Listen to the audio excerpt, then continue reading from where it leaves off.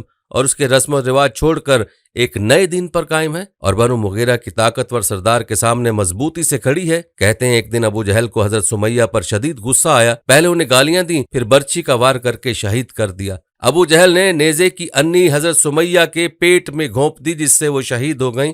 روایات بتاتی ہیں کہ حضرت سمیہ اسلام کی راہ میں اپنی جان قربان کرنے والی پہلی خاتون ہیں اور ان کے شوہر حضرت یاسر رضی اللہ تعالیٰ عنہ اسلام کے پہلے شہید ہیں۔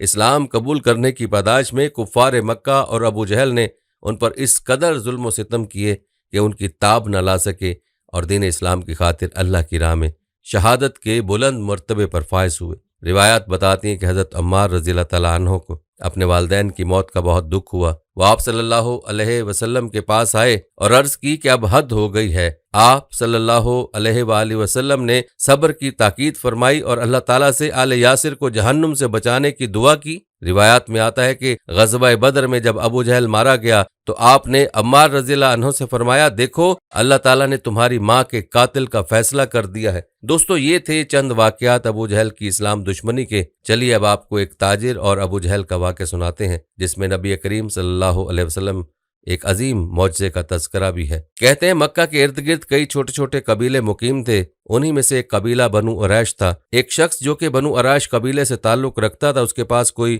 مستقل روزگار نہ تھا اور نہ ہی وہ اعلیٰ درجے کا کوئی تاجر تھا۔ تاہم اس دور میں کیونکہ تجارت کا پیشہ خاصا اہم ہوا کرتا تھا، لہٰذا اس نے بھی ویسا ہی کیا۔ وہ اپنے پاس موجود رقم کے مطابق اپنے قبیلے سے مویشی خریدتا اور مکہ میں انہیں لا کر بیچ دیا کرتا تھا۔ چونکہ بڑے بڑے سردار وہاں موجود تھے، یہ کام اس کا معمول بن چکا تھا۔ وہ اکثر جانور مکہ کے بازار میں لا کر بیچتا۔ کہتے ہیں کسی بدبخت نے اسے یہ بھی کہہ رکھا تھا کہ نعوذ باللہ یہاں پر ایک جادوگر ہے، بس تم اس کے بہکاؤں سے بچ کر رہنا۔ اس نے نبوت کا دعویٰ کیا ہے۔ اب اس تاجر کے لیے جگہ نہیں تھی، اس لیے اس نے اس بتانے والے شخص کا یقین کر لیا اور مزید کوئی سوال نہ کیا۔ ایک دن وہ تاجر اپنے ہمراہ 2 بہترین اونٹ فروخت کرنے کے لیے لایا، لیکن اس کی بدقسمتی کہ اس دن اس سے وہ اونٹ ابو جہل نے خرید لیے اور جب قیمت ادا کرنے کی باری آئی تو کہنے لگا کہ کل میرے گھر آ کر پیسے وصول کر لینا۔ تاجر نے کہا میں آپ کا گھر کہاں تلاش کروں گا؟ ابو جہل نے اسے اپنے گھر کا راستہ سمجھا دیا۔ خیر وہ بیچارہ مرتا کیا نہ کرتا، ابو جہل کی ظالمانہ سرداری کا کچھ علم اس کو تھا ہی، اس لیے اس نے زیادہ زور نہیں دیا اور اگلے روز قیمت لینے پر راضی ہو گیا۔ مکہ میں اس تاجر کا کوئی نہ تھا، نہ کوئی گھر نہ ٹھکانہ۔ رات اس نے گلیوں میں گزار دی۔ اگلی صبح وہ ابو جہل کے گھر پہنچا، دروازے پر دستک دی۔ ابو جہل باہر آیا، اسے دیکھ کر اس شخص نے اپنی قیمت کا تقاضا کیا تو کہنے لگا ابھی میرے پاس پیسے نہیں ہیں، تم کل آ جانا۔ وہ تاجر بہت مایوس ہو کر آ گیا۔ اگلے روز بھی ایسا ہی ہوا۔ خیر 3 دنوں تک ابو جہل کے دروازے پر جاتا رہا، لیکن ابو جہل نے اس کی قیمت ادا نہیں کی۔ اسی طرح 3 دن گزر گئے۔ چوتھے روز وہ ابو جہل کے دروازے پر گیا اور بات کو ذرا زور دے کر کہا کہ جناب میں 3 دن سے بھوکا ہوں، گلیوں میں رات بسر کر رہا ہوں، میں یہاں پر بیگانہ ہوں، میرا یہاں اپنا کوئی نہیں ہے، میرے پاس واپسی کا ذریعہ بھی نہیں، مہربانی فرمائیے میرے جانور کی قیمت دے دیں۔ چل دفع ہو جا یہاں سے، میں تمہارے پیسے نہیں دوں گا، جس سے ملے لے لینا۔ وہ تاجر تو جیسے حواس باختہ ہو گیا۔ 3 دن مسلسل انتظار کے بعد پیسوں کی ادائیگی سے اس کو کوڑا جواب مل گیا۔ اس کی سمجھ میں نہیں آ رہا تھا کہ میں کیا کروں۔ آس پاس کے لوگوں سے پوچھنے لگا کوئی مجھے بتا دو کہ مکہ کے سردار کہاں ملیں گے تاکہ میں ان سے شکایت کروں، شاید وہ میری مدد کریں۔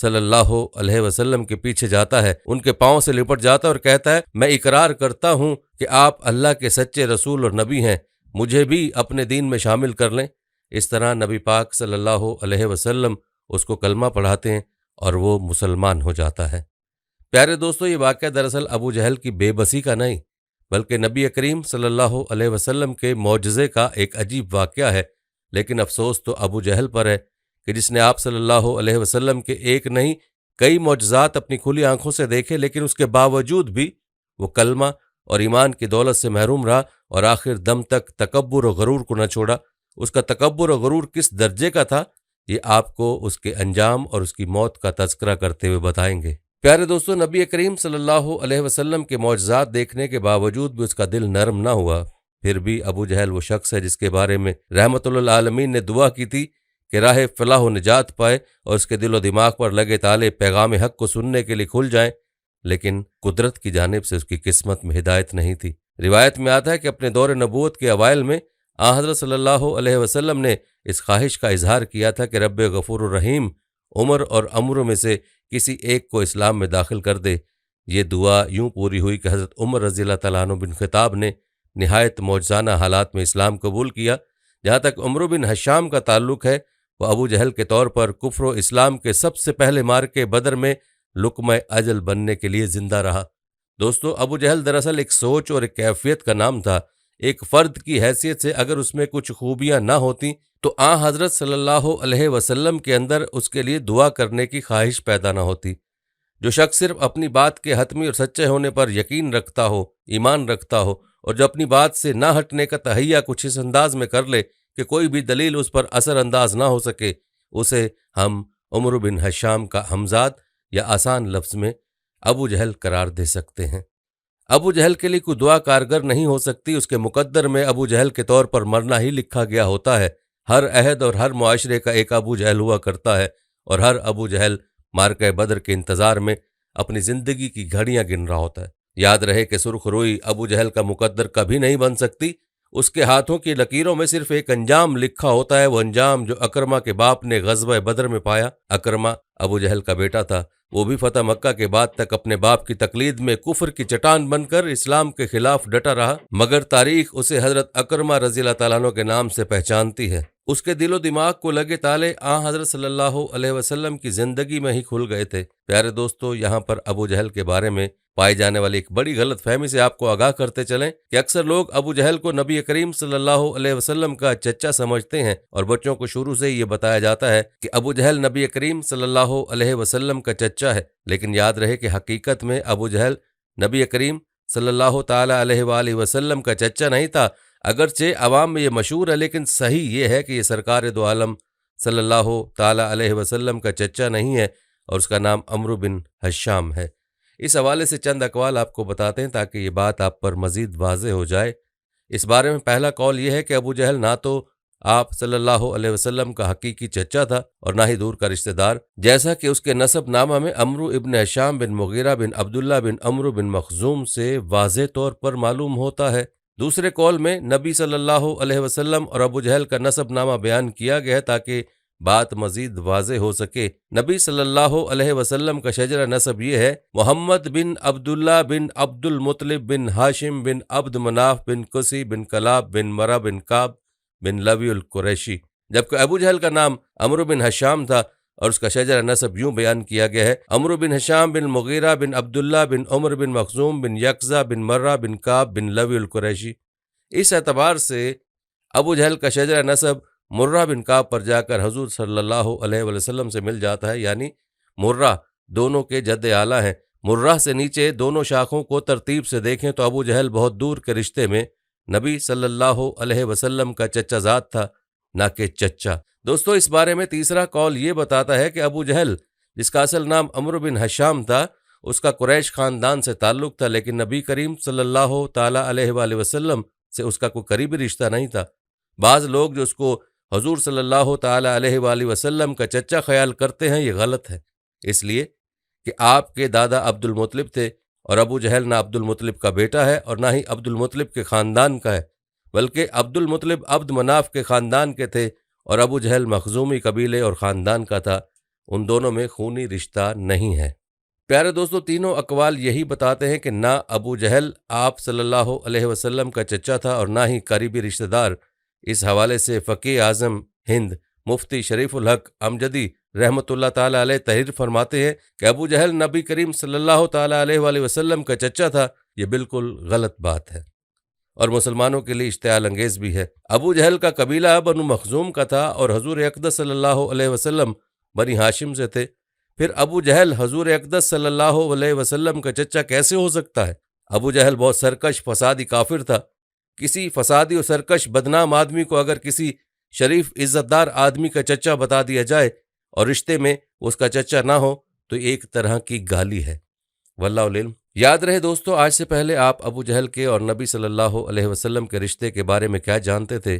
آپ نے کمنٹ میں ہمیں ضرور بتانا ہے اور ویڈیو کو زیادہ سے زیادہ شیئر بھی کرنا ہے تاکہ باقی لوگ بھی اس غلطی کو درست کر سکیں۔ پیارے دوستو، اب بات کرتے ہیں ابو جہل کے عبرتناک انجام کی، جو کہ غزوہ بدر میں اپنے انجام کو پہنچا تھا۔ آپ کو ابو جہل کے انجام سے بھی آگاہ کریں گے، لیکن پہلے آپ کو اس غزوہ میں ابو جہل کے کردار کے بارے میں بتاتے ہیں کہ اس مارکے میں ابو جہل کا جذبہ کیا تھا اور اس نے اس مارکے میں کیا کردار ادا کیا۔ غزوہ بدر کے مناظر کا مختصر نقشہ ملاحظہ فرمائیں۔ پیارے دوستو، آپ کو بتاتے چلیں کہ بدر ایک بیضوی شکل کے میدان کا نام ہے جو پہاڑوں سے گھرا ہوا ہے۔ یہ میدان وادی یلیل میں ہے۔ اس کی لمبائی 5.5 میل اور چوڑائی 4.5 میل ہے۔ یہ مدینہ منورہ سے 80 میل کی دوری پر ہے۔ دور رسالت مآب صلی اللہ علیہ وسلم میں تجارتی شاہراہ اسی میدان سے ہو کر گزرتی۔ مکہ اور مدینہ جانے کے راستے بھی اسی مقام پر ملتے۔ بحر احمر کا ساحل یہاں سے تقریباً 10 میل کے فاصلے پر ہے۔ اس میدان کے شمال اور جنوب میں 2 سفیدی مائل پہاڑیاں ہیں جو ریت سے ڈھکی ہوئی ہیں۔ بدر کے مقام کو آج جو اہمیت حاصل ہے اس کی وجہ حق اور باطل کا وہ مارکہ ہے جو 20 ہجری میں رمضان کی 17 تاریخ کو وقوع پذیر ہوا۔ اس وقوع میں حق کو بے مثال تاریخی فتح نصیب ہوئی اور باطل کو شرمناک شکست کا منہ دیکھنا پڑا۔ اس مارکے سے اسلام کی فتح و نصرت کا آغاز ہوا۔ اسلام پوری آب و تاب سے ظاہر ہونا شروع ہوا۔ اس طرح غزوہ بدر ایک عظیم انقلاب کی بنیاد ثابت ہوا۔ دوستو، غزوے کا پس منظر سمجھنے کے لیے ضروری ہے کہ مختصراً طلوع اسلام کی تحریک کا اجمالی جائزے کا تذکرہ کیا جائے۔ دوستو، یاد رہے کہ جب محمد رسول اللہ صلی اللہ علیہ وسلم نے ڈنکے کی چوٹ پر دین اسلام کی دعوت کا اعلان کیا، قدرتی طور پر مکہ میں 2 گروہ پیدا ہوئے۔ پہلی جماعت ان لوگوں کی تھی جنہوں نے دین اسلام قبول کیا، یہ تعداد میں تھوڑے تھے۔ دوسرا گروپ ان لوگوں کا تھا جنہوں نے دین اسلام کو ماننے سے انکار کیا، یہ تعداد میں زیادہ تھے۔ یہ دین اسلام کی مخالفت پر کمر بستہ ہو گئے۔ نتیجہ یہ ہوا کہ منکرین اسلام نے مسلمانوں پر جبر و تشدد اور ظلم و ستم کے پہاڑ توڑنا شروع کیے۔ ایک طرف صبر و تحمل تھا اور دوسری طرف زور و جبر تھا۔ یہ کشمکش 13 سال تک جاری رہی۔ آخر کار مسلمانوں پر سرزمین مکہ تنگ سے تنگ تر ہوتی چلی گئی۔ تب وہ آہستہ آہستہ اور خاموشی سے چوری چھپے مدینے کی جانب ہجرت پر مجبور ہوئے، یہاں تک کہ آخر میں محمد رسول اللہ صلی اللہ علیہ وسلم نے بھی حضرت ابو بکر صدیق کے ہمراہ مکہ کو خیر باد کہا اور مدینے کو آباد کیا۔ مکہ کے قریشیوں نے اب ان تارکین وطن کو مدینے میں بھی چین اور سکھ سے رہنے نہیں دیا۔ دوستو، غزوہ بدر کی وجہ کی بات کی جائے تو ہوا یوں کہ ہجرت کے دوسرے سال قریش کا ایک بہت بڑا تجارتی قافلہ شام سے مکہ کی طرف لوٹ رہا تھا۔ اس تجارتی قافلے کے ساتھ 50,000 اشرفیوں کا مال و اسباب تھا۔ مکہ کے ہر فرد نے اور ہر عورت نے اس تجارت میں اپنا سرمایہ لگایا تھا۔ یہ تجارتی قافلہ اس راستے سے لوٹ رہا تھا جو مدینے کے پاس سے ہو کر گزرتا تھا۔ چونکہ مال و اسباب زیادہ تھا، محافظ کم تھے اور اس وقت جو حالات رونما ہو رہے تھے اس کے تحت قافلے کے لوگوں کو یہ ڈر تھا کہ مسلمان کہیں چھاپا مار کر تجارتی مال و اسباب لوٹ نہ لیں۔ ابو سفیان اس تجارتی قافلے کا سردار اور رہنما تھا جو مدینے کے پاس سے گزر رہا تھا۔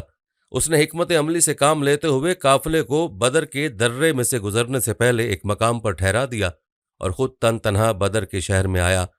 چونکہ وہ یہاں سے اکثر گزرا کرتا تھا اس لیے وہ یہاں کے چپے چپے سے واقف تھا اور وہاں کے لوگوں کو بھی جانتا تھا۔ بدر کے شہر میں آ کر وہ سب سے پہلے اس مقام پر پہنچا جہاں ایک کنواں تھا۔ شہر کا کوئی نہ کوئی فرد ہر وقت وہاں موجود رہتا۔ ابو سفیان وہاں پہنچا، وہاں موجود افراد سے معلوم کیا کہ شہر کا سردار اس وقت کہاں ملے گا۔ وہ اس سے جا کر ملا۔ اس نے بتایا کہ ابھی کچھ دیر پہلے 2 اونٹ سوار یہاں سے گزرے، انہوں نے کنویں پر ٹھہر کر پانی پیا، اپنے اونٹوں کو بھی پلایا اور آگے بڑھ گئے۔ ابو سفیان اونٹوں کے قدموں کے نشان ڈھونڈتا ہوا آگے بڑھا۔ کچھ دور چلنے کے بعد اسے اونٹوں کی تازہ لید نظر آئی۔ اس نے لید کا ایک گولا اٹھایا، اسے توڑا، اس میں گھاس کی بجائے کھجور کی گٹھلیاں نظر آئیں۔ وہ سمجھ گیا کہ یہ اونٹ بدر کے نہیں بلکہ مدینے کے ہیں، کیونکہ مدینے والے اپنے اونٹوں کو گھاس کی بجائے کھجور کی گٹھلیاں کھلاتے ہیں۔ اس نشاندہی پر وہ سمجھ گیا کہ مدینے کے مسلم ان کے تعاقب میں ہیں اور انہیں ڈھونڈ رہے ہیں۔ اس نے خطرے کی گھنٹی محسوس کی اور تیزی سے بھاگتا ہوا اپنے قافلے میں جا پہنچا۔ ایک برق رفتار سانڈنی بردار کو اجرت دی، اسے مکہ کی طرف دوڑایا تاکہ اہل قریش مدد کو پہنچیں۔ سانڈنی سوار کو مکہ کی طرف روانہ کرنے کے بعد قافلے کو بحر احمر کے کنارے کنارے ایک منزل کی بجائے 2 منزل طے کرتا ہوا مکہ کی سمت کوچ کیا اور اپنے قافلے کو مسلمانوں کی دسترس سے صاف نکال لایا۔ یہاں سانڈنی سوار نے مکہ پہنچتے ہی عرب کے قدیم دستور کے مطابق سانڈنی کے کان کاٹے، ناک چیری، کجاوا الٹا، اپنا کرتا آگے سے پھاڑا اور بین کرنے لگا، اے قریش کے لوگو، اے مکہ کے باسیو، اپنے تجارتی قافلے کی خبر لو۔ تمہارا تجارتی قافلہ مال و اسباب جو ابو سفیان کی قیادت میں آ رہا ہے، مقام بدر پر مسلمانوں کی زد میں ہے، وہ کسی بھی وقت اسے لوٹ سکتے ہیں۔ مجھے ڈر ہے کہ اس مال و اسباب میں سے تمہارے ہاتھ کچھ بھی نہ آئے۔ دوستو کہتے ہیں پورے مکہ میں یہ خبر جنگل کی آگ کی طرح پھیلی، لہٰذا طے ہوا کہ جنگ کا طبل بجایا جائے اور اہل مسلمان کو ایسا سبق سکھایا جائے جسے وہ زندگی بھر یاد رکھیں۔ لہٰذا 1000 بہادروں کا لشکر تیار کیا گیا جس کا سپہ سالار عتبہ بن ربی تھا۔ اس فوج میں 600 افراد ذرہ پوش تھے، 100 سواروں کا ایک رسالہ تھا، یہ اسلحہ بند شتر سوار تھے، ہتھیاروں سے لیس گھڑ سواروں کی تعداد 200 تھی اور ہتھیاروں سے لیس پیادہ فوج کی تعداد 100 تھی۔ کھانے پینے کی وافر چیزیں ساتھ لی گئیں۔ عمرہ قریش میں سے عتبہ بن ربی، حارث بن عامر، نصر بن الحارث، ابو جہل، امیہ بن خلف باری باری روزانہ 10 اونٹ ذبح کرتے اور اپنے ساتھیوں کی ضیافت کرتے۔ دل بہلانے کا ساز و سامان ہمراہ تھا۔ رات میں عیش و طرب کی محفلیں سجتیں۔ غرض اہل قریش کا لشکر بڑے تم تراک سے مدینے کی طرف روانہ ہونے کے لیے تیار ہوا تاکہ تجارتی قافلے کو مسلمانوں سے بچا کر لایا جا سکے، ان سے 2 ہاتھ بھی ہو جائیں اور انہیں سبق بھی سکھایا جائے۔ فوج کی روانگی کے وقت دشمنان اسلام نے، جن میں ابو جہل بھی تھا، کعبے کی دیوار پر ہاتھ رکھ کر دعا مانگی کہ اے رب کعبہ، دونوں میں سے جو دین تجھے زیادہ پسند ہو، دونوں لشکروں میں سے جو لشکر عالی ہو، دونوں جماعتوں میں سے جو جماعت زیادہ تقوی والی ہو، اور دونوں گروہوں میں سے جو گروہ زیادہ معزز ہو، فتح کا صحرا اس کے سر باندھنا۔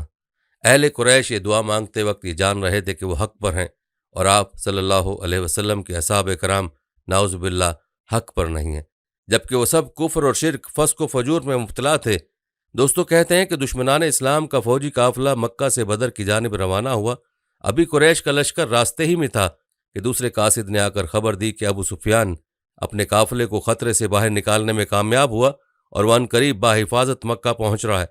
اس خبر سے لشکر قریش میں اختلاف پیدا ہوا۔ ایک گروہ کہہ رہا تھا کہ اب لڑنے مرنے سے کوئی فائدہ نہیں، مکہ واپس لوٹ چلو، مگر دوسرا گروہ واپس لوٹنا نہیں چاہتا تھا۔ اس کی خواہش تھی کہ ہر حال میں مسلمانوں کا مقابلہ کیا جائے۔ ان میں ابو جہل پیش تھا۔ اس اختلاف کی وجہ سے بنی زہرہ، بنی احنس، بنی عدی بن کعب اور بنی ہاشم کے لوگ واپس لوٹ گئے۔ ابو جہل، عتبہ، امیہ بن خلف اور ان کے ہم خیال افراد مدینے کے مہاجرین و انصار کا زور توڑنے کے لیے بدر کی جانب بڑھے۔ اب ان کی تعداد 950 تھی۔ دوستو معلوم ہوا کہ غزوہ بدر کی اصل وجہ ابو جہل ہی بنا اور قدرت کو یہی منظور تھا، کیونکہ قدرت نے ابو جہل کو اس کے انجام تک جو پہنچانا تھا۔ دوستو معلوم ہوا، پیارے دوستو یاد رہے کہ نبی برحق محمد رسول اللہ صلی اللہ علیہ وسلم حالات سے ہر وقت باخبر رہتے تھے۔ آپ صلی اللہ علیہ وسلم کے علم میں یہ بات آ چکی تھی کہ ابو سفیان کا قافلہ مدینے کے پاس سے گزر رہا ہے اور اس قافلے کی مدد کے لیے اہل قریش کی مسلح افواج مدینے کی طرف روانہ ہو چکی ہے۔ یہ مدافعت کا وقت تھا، اپنا دفاع کرنا تھا، مدینے کے لوگوں کی جان، مال و اسباب، عزت و آبرو کی حفاظت کرنی تھی۔ لہٰذا آپ صلی اللہ علیہ وسلم نے مہاجرین اور انصار کو ایک جگہ جمع کیا اور ان کے سامنے صورتحال رکھی کہ ایک طرف اہل قریش کا تجارتی قافلہ ہے جس کے پاس کروڑہا روپے کا مال و اسباب ہے، جو مدینے کے راستے مکہ کی طرف جا رہا ہے، اور دوسری طرف دشمنان اسلام کی فوج جنوبی راستے سے مدینے کی طرف پیش قدمی کر رہی ہے۔ آپ صلی اللہ علیہ وسلم نے انصار و مہاجرین سے مشورتاً پوچھا کہ اس صورتحال سے ہمیں کس طرح نپٹنا چاہیے۔ ایک گروہ کی رائے تھی کہ قافلے کے ساتھ کم لوگ ہیں، مال و اسباب زر کثیر کا ہے، اس پر حلہ بول دیا جائے اور ان کا تجارتی مال و اسباب لوٹا جائے۔ دوسرے گروہ کا خیال تھا کہ دشمنان اسلام کی فوج سے ٹکر لی جائے، ان کا زوم ہمیشہ ہمیشہ کے لیے خاک میں ملا دیا جائے اور اس فتنے کو جڑ سے اکھاڑ کر پھینک دیا جائے۔ آپ صلی اللہ علیہ وسلم کی بصیرت کا بھی یہی فیصلہ تھا کہ اہل مکہ کے کافروں اور مشرکوں سے جنگ کر کے ان کی طاقت توڑ دی جائے، اور سب سے بڑی اور اہم بات یہ تھی کہ اللہ تعالیٰ کی مشیت بھی یہی تھی کہ حق کو حق کے ساتھ ثابت کیا جائے اور کفر و شرک کو جڑ سے کاٹ کر پھینک دیا جائے، تاکہ حق کی حقانیت ظاہر ہو اور باطل باطل کے ساتھ ثابت ہو جائے۔ لہٰذا اللہ اور اللہ کے رسول صلی اللہ علیہ وسلم کے حتمی فیصلے اور دوسرے گروہ کے خیال کے مطابق اپنا دفاع کرنے کے لیے لگ بھگ 300 مجاہدین کی فوج ترتیب دی گئی۔ ان میں سے صرف 2 کے پاس گھوڑے تھے، کل 70 اونٹ تھے جن پر 300 مجاہدین باری باری سوار ہوتے۔ رسول اکرم نبی محترم محمد مصطفیٰ صلی اللہ علیہ وسلم نے بذات خود اس فوج کی قیادت فرمائی۔ آپ صلی اللہ علیہ وسلم نے اپنے جان نثاروں کے ہمراہ رمضان کی 16 تاریخ کو مدینہ منورہ سے بدر کی جانب کوچ فرمایا۔ ہجرت کے دوسرے سال کا یہ ایک اہم ترین واقعہ ہے۔ دوستو کہتے ہیں دشمن آپ صلی اللہ علیہ وسلم سے پہلے وہاں پہنچ چکا تھا۔ اس نے جگہ جگہ پڑاؤ ڈالا جو جنگی نقطہ نظر سے زیادہ اہم تھی، جہاں پانی کے کنویں تھے، اس لیے آپ صلی اللہ علیہ وسلم نے بحالت مجبوری کنووں کے شمالی مشرق کی سمت میں ایک اونچے ٹیلے پر قیام فرمایا۔ جان بازوں نے وہاں ایک جھونپڑی یا سائبان بنا دیا تاکہ آپ صلی اللہ علیہ وسلم بحیثیت سپہ سالار اعظم وہاں سے میدان جنگ کا مشاہدہ کر سکیں، حالات کا جائزہ لے سکیں اور وقتاً فوقتاً ہدایات جاری کر سکیں۔ سائبان کے پیچھے 2 برق رفتار سانڈنیاں باندھ دی گئی تاکہ خدا نخواستہ میدان جنگ کا نقشہ پلٹ گیا اور اہل اسلام کو شکست کا منہ دیکھنا پڑا تو ایسے نازک موقع پر آپ صلی اللہ علیہ وسلم ان پر سوار ہو کر مدینہ منورہ مراجعت کر سکیں۔ سامنے نشیب میں کفارانہ مکہ، مشرکین قریش اور دشمنان اسلام کا پرشکول لشکر پڑاؤ ڈالے ہوا تھا۔ ان کی تعداد، جاہ و حشمت، ساز و سامان دیکھ کر اور یہ دیکھ کر کہ پانی پر دشمنوں کا قبضہ ہے، یہ جان کر کہ زمین ریتلی ہے جس میں پاؤں دھنس دھنس جاتے ہیں، یہ سوچ کر کہ دشمن کے پاس سواریاں ہیں اور اپنے پاس سواریاں نہیں مگر ناکافی، یہ سوچ کر کہ دشمن اسلحے سے لیس ہے اور یہاں تلوار ہے تو ڈھال نہیں اور ڈھال ہے تو تلوار نہیں۔ ان عوامل کی وجہ سے مجاہدین کے حوصلے پست ہو رہے تھے، جو مدینہ منورہ سے نکلتے وقت یہ سوچ رہے تھے کہ انہیں زبردستی موت کے منہ میں دھکیلا جا رہا ہے۔ اب انہیں اپنی شکست اور موت اپنی آنکھوں کے سامنے دکھائی دے رہی تھی، لہٰذا ان کی ڈھارس بندھانا ضروری تھا تاکہ دشمن کا مقابلہ کرتے وقت وہ ثابت قدم رہیں، نڈر اور بے خوف ہو کر دشمن کا مقابلہ کریں۔ اللہ تعالیٰ نے ان کی ذہنی اور نفسیاتی کیفیت اس طرح تبدیل کی اور ان کی اس طرح اعانت فرمائی کہ اول رات میں بارش ہوئی۔ اس سے فائدہ یہ ہوا کہ تمام مجاہدین نہائے دھوئے، جس سے وہ چست و چاق و چوبند ہوئے۔ تھکن اور خوف کی وجہ سے ان پر کسل مندی طاری تھی، وہ دھل گئی۔ بارش سے دوسرا فائدہ یہ ہوا کہ پانی کی قلت دور ہوئی۔ مجاہدین نے چھوٹے چھوٹے حوض بنا کر بارش کا پانی جمع کیا تاکہ وقت ضرورت کام آئے۔ بارش سے تیسرا فائدہ یہ ہوا کہ ان کے پیروں کے نیچے کی ریت جم گئی، جس سے ریت میں پیر دھنسنے کا خوف ان کے دلوں سے جاتا رہا۔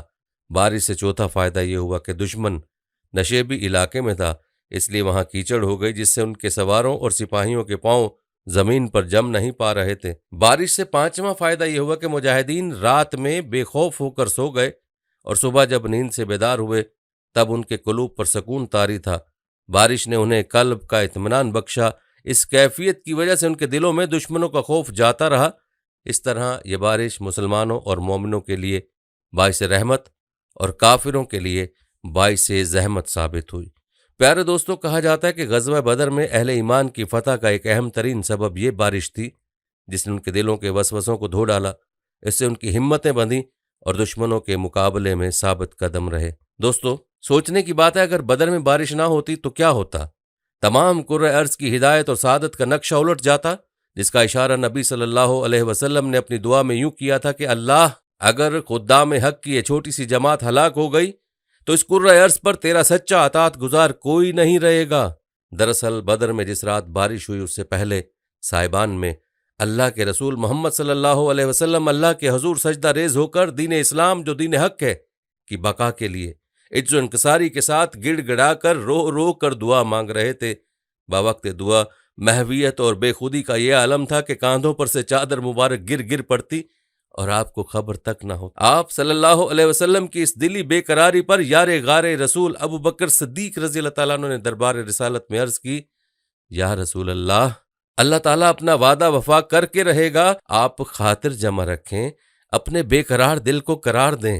دوستو کہتے ہیں آپ صلی اللہ علیہ وسلم یوں دعا مانگ رہے تھے، اے اللہ، یہ قریش، یہ باطلان حق کیل کانٹوں سے لیس ہو کر غرور و نخوت کے ساتھ یہاں آئے ہیں تاکہ تیرے رسول صلی اللہ علیہ وسلم کو جھوٹا ثابت کریں۔ اے اللہ، تیری نام لیوا مٹھی بھر جماعت اگر آج ہلاک ہو گئی تو روئے زمین پر تیرا اطاعت گزار اور عبادت گزار کوئی نہ ہوگا۔ اللہ تعالیٰ نے آپ صلی اللہ علیہ وسلم کی دعا کو اس طرح شرف قبولیت عطا فرمایا کہ اس کے جواب میں بارش ہوئی جس نے فتح کو شکست میں اور شکست کو فتح میں تبدیل کیا۔ اس کے علاوہ 1000 ملکوتی طاقتیں بھیجنے کی بشارت دے کر مہاجرین اور انصار کی مٹھی بھر جماعت کی مدد کی۔ دوستو اس کے بعد آپ صلی اللہ علیہ وسلم باہر تشریف لاتے ہیں، فوج سے مخاطب ہوتے ہیں کہ تم اس وقت ساری دنیا میں اللہ تعالیٰ کی الوہیت اور اس کی وحدانیت کے ذمہ دار ہو۔ آپ صلی اللہ علیہ وسلم کے اس خطاب سے ان کے دلوں میں ولولہ انگیز جذبہ پیدا ہوا کہ ہم ہی وہ واحد جماعت ہیں جو اس وقت اللہ تعالیٰ کی خاطر لڑ رہے ہیں، باقی سب اللہ تعالیٰ کے دشمن ہیں۔ اس جوش اور ولولے کے باعث ایک ایک آدمی کو ہزار آدمی کی قوت حاصل ہوتی ہے اور جان پر کھیلنے کو آمادہ ہو جاتا ہے۔ اس کی مثال غزوہ بدر کا ایک بے نظیر واقعہ ہے۔ ایک طرف طاقت اور قوت کا پہاڑ ابو جہل تھا جس نے اپنے آپ کو ذرہ بختر میں چھپا رکھا تھا، اس کی صرف 2 آنکھیں نظر آتی تھیں۔ دوسری طرف افرا کے 2 کم عمر بیٹے معوذ اور معاذ تھے، جنہوں نے ابھی زندگی کی بہاریں نہیں دیکھی تھیں، جن کی مُسیں ابھی بھیگی نہیں تھی۔ ابو جہل کے سامنے ان کی حیثیت بالکل ایسی تھی جیسے ہاتھی کے سامنے چیونٹی، مگر ان 2 کم عمر مجاہدین نے ابو جہل کی دونوں آنکھوں پر تاک کر ایسا نشانہ مارا کہ خاک و خون میں تڑپنے لگا۔ آخر کار عبداللہ بن مسعود رضی اللہ تعالیٰ عنہ نے اس کا سر تن سے جدا کیا اور رسول اللہ صلی اللہ علیہ وسلم کے قدموں میں لا کر ڈالا، اور یوں دین اسلام کا دشمن اپنے انجام کو پہنچا۔ دوستو سوچنے کی بات ہے کہ ان بچوں کے اندر نیزہ اٹھانے کی طاقت کہاں سے آئی؟ ابو جہل کو جان سے مارنے کا حوصلہ کہاں سے آیا؟ دراصل یہ وہ ملکوتی توانائی ہے جو اللہ تعالیٰ نے ان کے اندر بجلی کی طرح بھر دی اور اسلام کے سب سے قوی، جری اور ظالم دشمن کو بے بس اور ناتواں ہاتھوں سے ہلاک کروایا۔ پیارے دوستو، ذرا ابو جہل کی اکڑ اور اس کے تکبر کا اندازہ لگائیں کہ مرتے دم بھی اس کی اکڑ ختم نہ ہوئی۔ روایت میں آتا ہے کہ غزوہ ختم ہونے پر حضور صلی اللہ علیہ وسلم نے حکم دیا کہ کوئی جا کر خبر لائے کہ ابو جہل کا کیا انجام ہوا۔ حضرت عبداللہ بن مسعود رضی اللہ تعالیٰ عنہ نے جا کر لاشوں میں دیکھا تو زخمی پڑا ہوا دم توڑ رہا تھا۔ بولے، تو ابو جہل ہے؟ اس نے کہا، ایک شخص کو اس کی قوم نے قتل کر دیا تو یہ فخر کی کیا بات ہے؟ یہ کہہ ہی رہا تھا کہ ابن مسعود رضی اللہ تعالیٰ عنہ نے ابو جہل کی گردن پر پاؤں رکھا اور چھلانگ لگا کر اس کی چھاتی پر چڑھ بیٹھے۔ ابو جہل نے کہا، او بکری چرانے والے، دیکھ تو کہاں پاؤں رکھتا ہے۔ فرمایا کہ تو وہ وقت بھول گیا جب میں نبی صلی اللہ علیہ وسلم کے حکم سے تیرے لیے وعید کی آیت لے کر تیرے پاس گیا تھا تو نے مجھے تھپڑ مارا تھا اور لاتوں سے خوب پیٹا تھا۔ اب تیری ذلت کا سامان میرے ہاتھوں ہی ہوگا۔ کہتے ہیں ابو جہل نے پھر سے پوچھا، فتح کس کی ہوئی؟ ابن مسعود رضی اللہ تعالیٰ عنہ نے کہا، اللہ اور اس کے رسول کی۔ ابو جہل کہنے لگا، اپنے نبی سے کہنا کہ میں اپنے مذہب پر اب بھی قائم ہوں اور تجھ پر ایمان نہیں لایا، اور کہنے لگا، میرا سر ذرا گردن کے نچلے حصے سے کاٹنا تاکہ قریش کے بقیہ سرداروں میں میرا سر اونچا دکھائی دے، اور کہا، کاش میرا سر کوئی ہاشمی جوان کاٹتا۔ کہتے ہیں حضرت ابن مسعود رضی اللہ تعالیٰ عنہ نے ابو جہل کا سر کاٹ کر اس کی ناک میں رسی ڈال کر اور پیشانی کے بل گھسیٹتے ہوئے حضور صلی اللہ علیہ وسلم کے قدموں میں ڈال دیا، کیونکہ اللہ تعالیٰ نے قرآن مجید میں اس کی اس کیفیت کو پہلے ہی بیان فرما دیا تھا، جیسا کہ قرآن پاک کی آیت کا ترجمہ ہے، ہاں اگر باز نہ آیا تو ضرور ہم پیشانی کے بال پکڑ کر کھینچیں گے۔ پیارے دوستو، فرعون نے تو مرتے وقت کہہ دیا تھا کہ میں موسیٰ اور اس کے رب پر ایمان لایا، لیکن یہ ملعون مرتے وقت بھی تکبر اور غرور کا اظہار کر گیا، اور اس کی اکڑ اس وقت بھی نہ ٹوٹی جس وقت اس کی آخری سانسیں تھیں۔ دوستو، آپ نے ملاحظہ کیا تکبر کا یہ پہاڑ کیسے زمین بوس ہوا؟ یاد رہے کہ اللہ کی ذات کو تکبر ہرگز پسند نہیں ہے۔ کیونکہ بڑائی اور کبریائی صرف ایک ہی ذات کے لیے جس نے کل کائنات کو تخلیق کیا اور تمام جہانوں کا نظام جس کے ہاتھ میں۔ اس کے علاوہ اگر کوئی تکبر کرتا ہے تو اس کا انجام ہمیشہ عبرتناک ہوتا ہے۔ اس سے ایسے کئی واقعات ہیں جو تاریخ میں موجود ہیں کہ اللہ تعالیٰ نے تکبر کرنے والوں کو دنیا ہی میں ذلیل کیا۔